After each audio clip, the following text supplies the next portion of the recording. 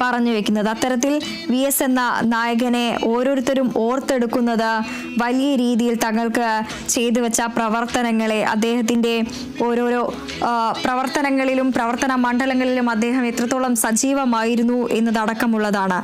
ലാൽ സലാം സഖാവിന് ആദരാഞ്ജലികൾ എന്നതെല്ലാം നമുക്ക് ഓരോ പ്രേക്ഷകരും നമുക്ക് പറയുന്നുണ്ട്. സുജേഷ് നന്നങ്ങാടി നമുക്ക് ലാൽ സലാം സഖാവെ അങ്ങേക്ക് പ്രണാമം എന്ന നമുക്ക് സന്ദേശം അയച്ചിരിക്കുന്നു. അത്തരത്തിൽ നിരവധി ആളുകളാണ് നമ്മുടെ യൂട്യൂബ് ചാനലുകളിലും അതോടൊപ്പം തന്നെ നമുക്ക് ബന്ധപ്പെടാൻ കഴിയാവുന്ന മുഴുവൻ സ്രോതസ്സുകളിലൂടെയും വിളിച്ച് അദ്ദേഹത്തിന് ആദരാഞ്ജലികൾ പറയുന്നത്. അദ്ദേഹവുമായുള്ള വിലാപ യാത്ര ആലപ്പുഴയിലേക്ക് ഇങ്ങനെ പോയിക്കൊണ്ടിരിക്കുകയാണ്. പാതയുടെ ഇരുവശങ്ങളിലടക്കം നിരവധി ആളുകൾ അദ്ദേഹത്തെ കാണാൻ തടിച്ച് കൂടിയിരിക്കുന്നു. തിരുവനന്തപുരത്ത് ആകെ 23 പോയിന്റുകളാണ് യാത്രക്കാർക്ക് ഇവിടെ കാണാൻ വേണ്ടി, ഈ ജനങ്ങൾക്ക് കാണാൻ വേണ്ടി ഒരുക്കിയിരുന്നത്. എന്നാൽ അത് ഇപ്പോൾ മാറിയിരിക്കുന്നു. ആ ഒരു സ്ഥിതി മാറുന്നു. ഈ ജനങ്ങൾ ഉള്ളിടത്തെല്ലാം തന്നെ സഖാവിനെ കാണാൻ അവർക്ക് വേണ്ടി സൗകര്യം ഒരുക്കി കൊടുക്കേണ്ട സ്ഥിതിയിലേക്ക്, അത്രത്തോളം ആ സ്നേഹം ആണ് നമുക്കിവിടെ കാണാൻ സാധിക്കുന്നത്.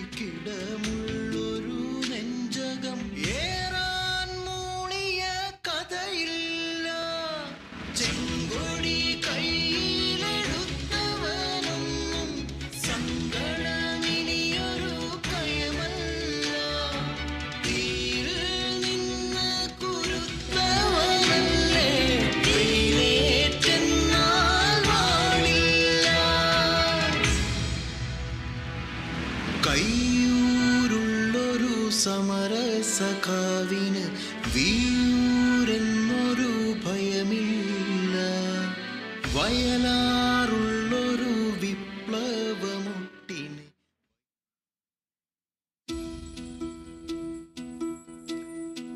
തിരുവനന്തപുരത്ത് തുടങ്ങിയ യാത്ര ഇപ്പോൾ കഴക്കൂട്ടത്ത് എത്തിയിരിക്കുകയാണ്. ഇവിടെ നിന്ന് പിന്നെ വെട്ടു റോഡിലേക്കാണ് ഇനി ഈ വിലാപ യാത്ര നീങ്ങുന്നത്. സംസ്കാരം നാളെ വലിയ ചുടലയിൽ നടക്കും. കാലം സാക്ഷി, ചരിത്രം സാക്ഷി. ഈ നമ്മൾ കാണുന്ന കാഴ്ച, ഈ വിലാപ വീതിയിൽ വി എസ് ഇങ്ങനെ പോകുമ്പോൾ വി എസിനൊപ്പം എത്താൻ ആളുകൾ അദ്ദേഹത്തോടൊപ്പം തന്നെ നീങ്ങുന്നു. വിവിധ ഇടങ്ങളിൽ അദ്ദേഹത്തിനായി കാത്തു നിൽക്കുന്നത് ആയിരക്കണക്കിന് ജനങ്ങളാണ്. ഇവർ എങ്ങനെ വി എസ് എന്നുള്ള ആ 2 അക്ഷരത്തിലേക്ക് എത്തി? അദ്ദേഹത്തിൻ്റെ പ്രായം 101 അടുക്കുമ്പോൾ അവരുടെ പകുതി പ്രായം പോലും ഇല്ലാത്ത ആളുകൾ അദ്ദേഹത്തിനെ കണ്ണേ കരളെ വി എസ് എ, ഞങ്ങളുടെ നെഞ്ചിലെ റോസാപ്പൂവേ എന്ന് ആർത്ത് വിളിച്ച് മുദ്രാവാക്യമുറക്കെ ചൊല്ലി ഈ പാതയിലൂടെ ഇരുവശങ്ങളിലുമായി ഈ വാഹനത്തിനൊപ്പം നടക്കുന്നെങ്കിൽ വി എസ് എന്നുള്ള അതുല്യ പ്രതിഭ, അദ്ദേഹം ചെയ്തു വെച്ച പ്രവർത്തനങ്ങളെ അത്രത്തോളം നമ്മൾ ഓർക്കേണ്ടതുണ്ട്. ഈ സ്ത്രീ ജനങ്ങളിൽ അത്രത്തോളം അവർക്ക് വേണ്ടിയുള്ള പ്രവർത്തനങ്ങൾ അദ്ദേഹം കാഴ്ചവെച്ചു. തല നരയ്ക്കാത്തതല്ലെൻ്റെ യൗവനം, തല നരയ്ക്കുവതല്ലെൻ്റെ വാർദ്ധക്യം, കൂടിയ ദുഷ്പ്രഭുത്വത്തിൻ്റെ മുന്നിലും തല കുനിക്കാത്തതാണെൻ്റെ യൗവനം. നെഹ്റു കുടുംബത്തിലെ ഇളമുറക്കാരനെ ഒറ്റയടിക്ക് അസ്ത്രപ്രജ്ഞനാക്കി 87കാരൻ്റെ പോർവിളി കേരളം ഒരിക്കലും മറക്കുമെന്ന് തോന്നുന്നില്ല. ഇതായിരുന്നു വി എസിൻ്റെ എക്കാലത്തും ഈ ജനഹൃദയങ്ങളിലേക്ക് അദ്ദേഹത്തിൻ്റെ ഊർജം എങ്ങനെയൊക്കെയാണ് അദ്ദേഹം എത്തിക്കുന്നത്. ഇടപെടൽ എന്ന വാക്ക് വളരെ അത് അനുയോജ്യമായ ഒരു മുഖമുണ്ടെങ്കിൽ അത് വി എസ് ആണ്. ഇത്തരത്തിൽ തങ്ങളുടെ ഓരോ വിമർശനങ്ങൾ അദ്ദേഹത്തിന് ന്യായമാണെന്ന് ബോധ്യപ്പെട്ടാൽ മാത്രം പറയാവുന്ന ചില വാക്കുകൾ, ചില പരാമർശങ്ങൾ, ചില ഇടപെടലുകൾ, അതിനനുസരിച്ച് പ്രവർത്തനങ്ങൾ, ഇതെല്ലാം തന്നെ നമുക്ക് എടുത്ത് പറയേണ്ടതാണ്. ഒരു ദശകം മുമ്പൊരു തെരഞ്ഞെടുപ്പ് കാലത്ത് ഈ 87-കാരനാണോ നിങ്ങളുടെ മുഖ്യമന്ത്രി ആകേണ്ടത് എന്നുള്ള രാഹുൽ ഗാന്ധി ചോദിച്ചു വെച്ചപ്പോൾ ഇങ്ങനെ ഒരു മറുപടി സ്വപ്നത്തിൽ പോലും അദ്ദേഹം സത്യം പറഞ്ഞാൽ ചിന്തിച്ച് കാണില്ല. തല നരയ്ക്കാത്തതല്ലെന്റെ യൗവനം, തല നരയ്ക്കുവതല്ലെന്റെ വാർദ്ധക്യം, കൊടിയ ദുഷ്പ്രഭുത്വത്തിന് മുന്നിലും തല കുനിക്കാത്തതാണെന്റെ യൗവനം എന്ന് പറഞ്ഞു വെച്ചു. ഒട്ടേറെ പ്രത്യേകതകളുള്ള അസാധാരണ വ്യക്തിത്വമാണ് വേലിക്കകത്ത് ശങ്കരൻ അച്യുതാനന്ദൻ എന്ന സഖാവ് VS. ആലപ്പുഴ കയർ ഫാക്ടറി തൊഴിലാളിയായിരുന്ന കൗമാരം കഴിഞ്ഞ സഖാവ് അച്യുതാനന്ദനെ കുട്ടനാട്ടിൽ കർഷക തൊഴിലാളികളെ സംഘടിപ്പിക്കുന്നതിൽ അതിൽ വലിയ മുന്നേറ്റങ്ങൾ ഉണ്ടാക്കാൻ അടക്കം അദ്ദേഹത്തിന് കഴിഞ്ഞു.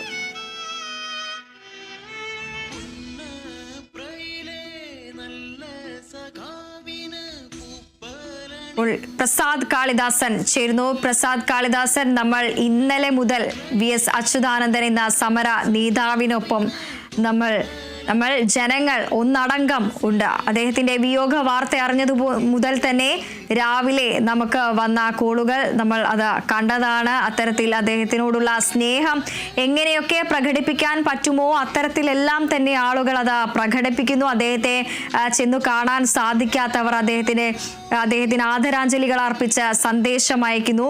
ഇപ്പോൾ ഈ എവിടെയാണ് വിലാപയാത്ര, എവിടെ എത്തി, ഈ ജനസാഗരത്തിനിടയിൽ എങ്ങനെയാണ് പ്രസാദ് പ്രതികരിക്കാനാവുക? അതുതന്നെയാണ് വൃന്ദ, വലിയൊരു നികത്താനാവാത്ത നഷ്ടം തന്നെയാണ് കേരള രാഷ്ട്രീയത്തെ സംബന്ധിച്ചും അല്ലെങ്കിൽ കേരള ചരിത്രത്തെ സംബന്ധിച്ചും CPIM എന്ന ആ ഒരു പാർട്ടിയെ സംബന്ധിച്ചുമൊക്കെ ഉണ്ടായിരിക്കുന്നത് എന്നുള്ളതും കൂടിയാണ്. ആ ഒരു നഷ്ടം, നികത്താനാവാത്ത നഷ്ടം എന്നുള്ളത് തന്നെയാണ്. ഞാനിപ്പോൾ ആലപ്പുഴയിൽ സഖാവ് VSന്റെ വീട്ടിലാണ് ഇപ്പോൾ ഉള്ളത്. ഇങ്ങോട്ട് തന്നെ രാഷ്ട്രീയ പ്രവർത്തകർ നിരവധി എത്തിക്കൊണ്ടിരിക്കുകയാണ്. ഒന്നിനു പുറകെ ഒന്നായി ഈ ഒരു VSന്റെ ആലപ്പുഴയിലേക്കുള്ള വീട്ടിലേക്കുള്ള ആ ഒരു വരവ് കാണാനും അവസാനമായി ഒരു നോക്ക് കണ്ട് മടങ്ങാനുമായി നിരവധി ആളുകളാണ് ഇപ്പോൾ നിലവിലെ ഈ ഒരു സമയത്ത് പോലും സഖാവിൻ്റെ VSന്റെ മലമ്പുഴ മണ്ഡലത്തിൽ നിന്നും നിരവധി ജനങ്ങൾ VSനെ കാണാനായി ഇങ്ങോട്ട് എത്തിക്കൊണ്ടിരിക്കുകയാണ്. തിരക്ക് അത്രത്തോളമുണ്ട്. നമ്മളിപ്പോൾ ഈ ഒരു വിലാപയാത്ര തന്നെ തിരുവനന്തപുരത്ത് നിന്നും 2 മണിക്ക് പുറപ്പെട്ടിട്ടും ഇപ്പോഴും തിരുവനന്തപുരം ജില്ല വിട്ട് കടന്നിട്ടില്ല എന്നുള്ളതാണ്. ഇപ്പോഴും ആ വിലാപയാത്ര മംഗലപുരം വരെ എത്തിയിട്ടുള്ളൂ എന്നുള്ളതുകൊണ്ട് ഇപ്പോൾ നമുക്ക് രാത്രി 9 മണിയോടുകൂടി VSന്റെ മൃതദേഹം ഇവിടെ എത്തുമെന്നുള്ളതായിരുന്നു ആദ്യഘട്ടത്തിലൊക്കെ നമുക്ക് ലഭിച്ച വിവരമെന്ന് പറഞ്ഞത്. എന്നാൽ ഇപ്പോഴത്തെ പുതിയ വിവരങ്ങളനുസരിച്ച് വിലാപയാത്രയുടെ ഇപ്പോഴത്തെ സ്ഥിതിഗതികൾക്കനുസരിച്ച് 5 മണിയെങ്കിലും ആകും എന്നുള്ളതാണ് നമുക്ക് ലഭിക്കുന്ന പുതിയ വിവരം എന്ന് പറയുന്നത്. ഒപ്പം തന്നെ നിരവധി പ്രവർത്തകരാണ് നമുക്ക് ആ ഒരു VSന്റെ ആ ഒരു വരവ് തന്നെ ആ വരവ് കാണാനായി തന്നെ എത്തിക്കൊണ്ടിരിക്കുന്നു നിരവധി പേർ. ഇപ്പോൾ ഇവിടെ എല്ലാ ക്രമീകരണങ്ങളും സജ്ജമാണ്. ഒപ്പം തന്നെ പോലീസിൻ്റെ ഭാഗത്തു നിന്നും മികച്ച രീതിയിലുള്ള സുരക്ഷാ ക്രമീകരണങ്ങളും അടക്കം ഒരുക്കിയിട്ടുണ്ട്. അല്പസമയം മുമ്പാണ് LDF കൺവീനർ TP രാമകൃഷ്ണൻ ഈ വീട്ടിലേക്ക് എത്തിയത്. വീട്ടിൽ തന്നെ നിരവധി പാർട്ടി പ്രവർത്തകരും പാർട്ടി പ്രതിനിധികളും ഒപ്പം തന്നെ പോലീസും റെഡ് വോളണ്ടിയർമാരും ഒക്കെ തന്നെ ഇവിടെ ഉണ്ട്. മാത്രമല്ല വേണ്ട ക്രമീകരണങ്ങളടക്കം ഇപ്പോഴും പുരോഗമിച്ചുകൊണ്ടിരിക്കുന്നുണ്ട്. 5 മണിയോടുകൂടിയാകും മൃതദേഹം എത്തുക.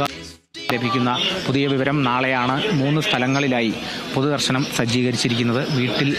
വീട്ടിലാണ് ഒരു ഘട്ടത്തിലെ പൊതുദർശനം. അതോടൊപ്പം തന്നെ ആലപ്പുഴ ഡിസ്ട്രിക്ട് കമ്മിറ്റി ഓഫീസിലും പൊതുദർശനം ക്രമീകരിച്ചിട്ടുണ്ട്.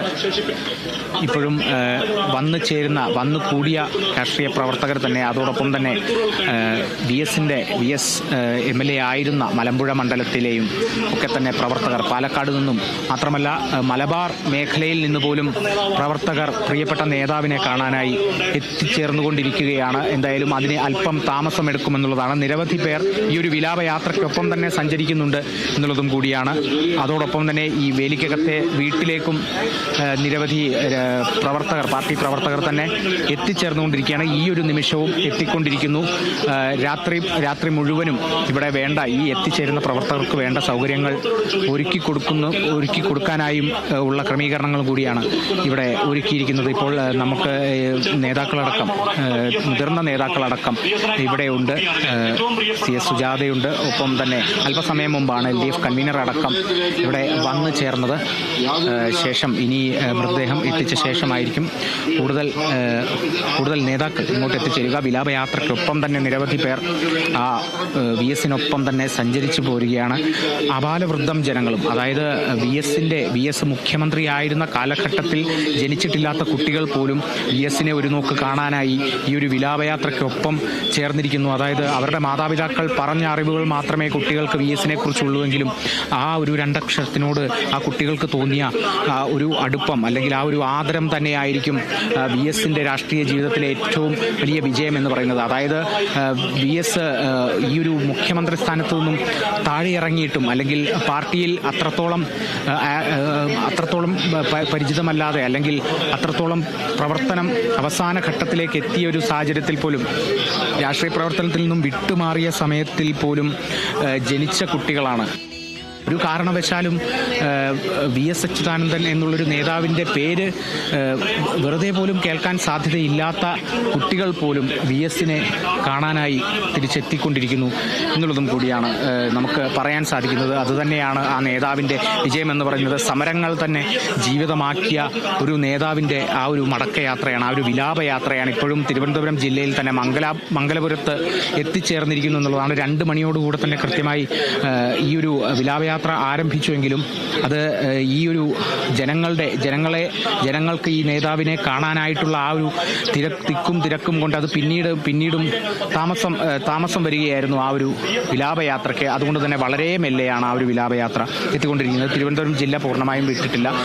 ശേഷം ഇപ്പോൾ മംഗലപുരത്തേക്ക് എത്തിയിരിക്കുന്നു. കണിയാപുരത്ത് നിന്നും മംഗലപുരത്തേക്ക് വിലാപയാത്ര ആ വാഹനം എത്തിച്ചേർന്നുകൊണ്ടിരിക്കുകയാണ്. രാവിലെ 5 മണിയോടുകൂടി എത്തുമെന്നുള്ളതാണ് നമുക്ക് ലഭിച്ച വിവരം. അത് ഇനിയും താമസിക്കാം. അല്ലെങ്കിൽ അവസാനമായി കാണാൻ ആഗ്രഹിക്കുന്ന പ്രവർത്തകരുടെ എണ്ണം വിലാപയാത്രക്കിടയിൽ ഇനിയും കൂടുകയാണ്. വിലാപയാത്രക്കിടയിലും ആ ഒരു വാഹനത്തിൽ അവസാനമായി തങ്ങളുടെ നേതാവിനെ, അന്തിയുറങ്ങുന്ന ആ നേതാവിനെ കാണാനായി ഇപ്പോഴും ആളുകൾ ആ ഒരു വഴിയോരത്ത് നിറച്ച് അല്ലെങ്കിൽ ഒരു വലയം തീർത്തുകൊണ്ടാണ് ആ ഒരു വിലാപയാത്ര വരുന്നത്. ഓരോ അടി ആ വാഹനം മുന്നോട്ട് വെക്കുമ്പോൾ പോലും അത്രത്തോളം ജനനിബിഡമായ ഒരു പരിസരമാണ് ഈ ഒരു വിലാപയാത്ര തന്നെ സൃഷ്ടിച്ചുകൊണ്ടിരിക്കുന്നത്. എന്തായാലും ഈ വേലിക്കകത്തെ, ആലപ്പുഴയിലെ ഈ വേലിക്കകത്തെ VS-ന്റെ വീട്ടിലേക്കും ഇപ്പോൾ പ്രവർത്തകർ നേരത്തെ തന്നെ എത്തി അവർക്കുള്ള സൗകര്യങ്ങൾ ഒരുക്കുന്നുണ്ട്. കോഴിക്കോട് നിന്നും മലബാർ മേഖലയിൽ നിന്ന് പോലും നിരവധി പ്രവർത്തകരാണ് ഈ ഒരു നിമിഷം പോലും എത്തിക്കൊണ്ടിരിക്കുന്നത്. ഇനി അങ്ങോട്ടുള്ള മണിക്കൂറുകളിലും കൂടുതൽ പ്രവർത്തകർ എത്തിച്ചേരുകയുള്ളൂ. കൂടുതൽ നേതാക്കളടക്കം എത്തിച്ചേർന്നുകൊണ്ടിരിക്കുന്നു. ഇപ്പോൾ തന്നെ നിലവിൽ ഈ ഒരു പരിസരത്ത് തന്നെ നിരവധി നേതാക്കളുണ്ട്. ഞാൻ നേരത്തെ സൂചിപ്പിച്ച പോലെ തന്നെ LDF കൺവീനർ അടക്കം അല്പസമയം മുൻപാണ് വന്നിട്ടുള്ളത്. അതോടൊപ്പം തന്നെ മുതിർന്ന നേതാക്കൾ ഈ വേലിക്കകത്തെ വീട്ടിൽ തന്നെ ഈ ഒരു ക്രമീകരണങ്ങളുടെ ഭാഗമായി അതിന് ചുമതല കൃത്യമായി വഹിക്കുന്നതിനായി, അതിൻ്റെ ഉത്തരവാദിത്തങ്ങളെല്ലാം കൃത്യമായി നിർവഹിക്കാനായി എല്ലാ നേതാക്കളും ഈ ഒരു ഭാഗത്തേക്ക് എത്തിച്ചേർന്നുകൊണ്ടിരിക്കുന്നു എന്നുള്ള ചില പുതിയ വിവരങ്ങൾ കൂടി നമുക്ക് ലഭിക്കുന്നുണ്ട്.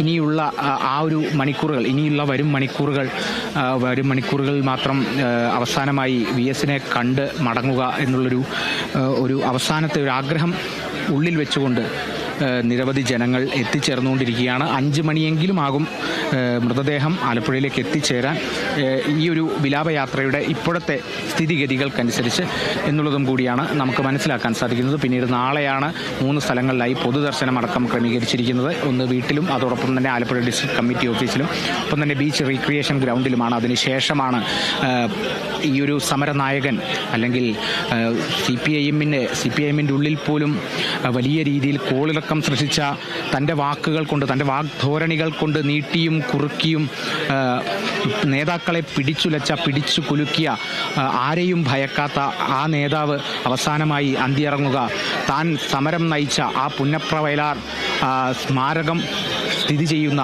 ആ ഒരു മണ്ണിൽ കൂടിയാണ്. അല്ലെങ്കിൽ ആ ഒരു വലിയ ചുടുകാടിൽ പുന്നപ്ര വയലാർ സമര നേതാക്കൾക്കൊപ്പം, പുന്നപ്ര വയലാർ ആ ഒരു സമരത്തിൽ പോരാടിയവർക്കൊപ്പം തങ്ങൾ ഒരുമിച്ച് പോരാടിയ, അല്ലെങ്കിൽ തന്നോടൊപ്പം ഒരുമിച്ച് പട നയിച്ച, ഒരുമിച്ച് സമരത്തെ നയിച്ച ആ നേതാക്കൾക്കൊപ്പം നാളെ വൈകിട്ടോടുകൂടി VS ആ ഒരു മണ്ണിലേക്ക് തന്നെ മടങ്ങും എന്നുള്ളതാണ്. പിന്നിൽ നിന്നുമുള്ള ആ ഒരു ചെന്താരകത്തിൻ്റെ മടക്കം നാളെയാണ് എന്നുള്ളതും കൂടിയാണ് നമുക്ക് ഇപ്പോൾ ഈ ഒരു നിമിഷത്തിലും, അല്ലെങ്കിൽ ഈ VSൻ്റെ ഓർമ്മകളുള്ള ഈ വേലിക്കകത്തെ വീട്ടിൽ നിൽക്കുമ്പോഴും നമുക്ക് പറയാൻ സാധിക്കുക. വൃന്ദ,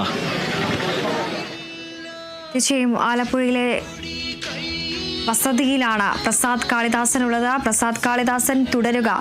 നമുക്ക് ഈ അദ്ദേഹത്തിൻ്റെ വസതിയിലേക്ക് ഒഴുകിയെത്തുന്ന ജനങ്ങളുടെ എണ്ണവും വർദ്ധിച്ചു വരികയാണ്. അത്തരത്തിൽ അദ്ദേഹത്തിൻ്റെ അദ്ദേഹത്തെ വഹിച്ചു കൊണ്ടുവരുന്ന വാഹനത്തിന് പിന്നിലും അതിന് മുന്നിലും അദ്ദേഹത്തിൻ്റെ വശങ്ങളിലുമായി അദ്ദേഹത്തിന് പ്രണാമം അർപ്പിച്ചുകൊണ്ട് ആയിരങ്ങൾ അദ്ദേഹത്തിൻ്റെ ഒപ്പം തന്നെ അദ്ദേഹത്തെ അനുഗമിച്ച് വരുന്നുണ്ട്. അത്തരത്തിൽ വസതിയിലേക്കും ഒഴുകിയെത്തുന്ന ആളുകളുടെ എണ്ണം ചെറുതല്ല. സംസ്ഥാനത്തിൻ്റെ വിവിധ ഭാഗങ്ങളിൽ നിന്ന് നേതാക്കൾ, സാധാരണക്കാരിൽ നിന്നും സാധാരണക്കാരായിട്ടുള്ള കർഷക തൊഴിലാളികളടക്കം എത്തിപ്പെടാനാകാത്ത ആളുകൾ നമ്മളെ ഫോൺ മാർഗം വിളിച്ച് അവരുടെ വിഷമം, ആ ഒരു ദുഃഖം പങ്കുവെക്കുന്നുണ്ട്. ഇപ്പോൾ നമ്മളോടൊപ്പം അത്തരത്തിൽ കോട്ടയത്ത് നിന്നും ആൻസിയാണ് നമ്മളോട് പങ്കുചേരുന്നത്. ആൻസി, എങ്ങനെയാണ് സഖാവ് VS അച്യുതാനന്ദനെ ഓർത്തെടുക്കുന്നത്? സഖാവ് VS അച്യുതാനന്ദൻ നല്ല ഒരു നേതാവായിരുന്നു. സഖാവ് ഒളിവിൽ കഴിഞ്ഞ പൂഞ്ഞാർ വാലാനിക്കൽ വീടിനടുത്താണ് എൻ്റെ സ്വന്തം വീട്. വളരെ നല്ല ഒരു നേതാവായിരുന്നു. എനിക്ക് ഒത്തിരി ഇഷ്ടപ്പെട്ട ഒരു നേതാവായിരുന്നു. ഞാൻ രാഷ്ട്രീയം ഒന്നും നോക്കാതെ അദ്ദേഹത്തെ ഇഷ്ടപ്പെട്ടിരുന്ന നല്ലൊരു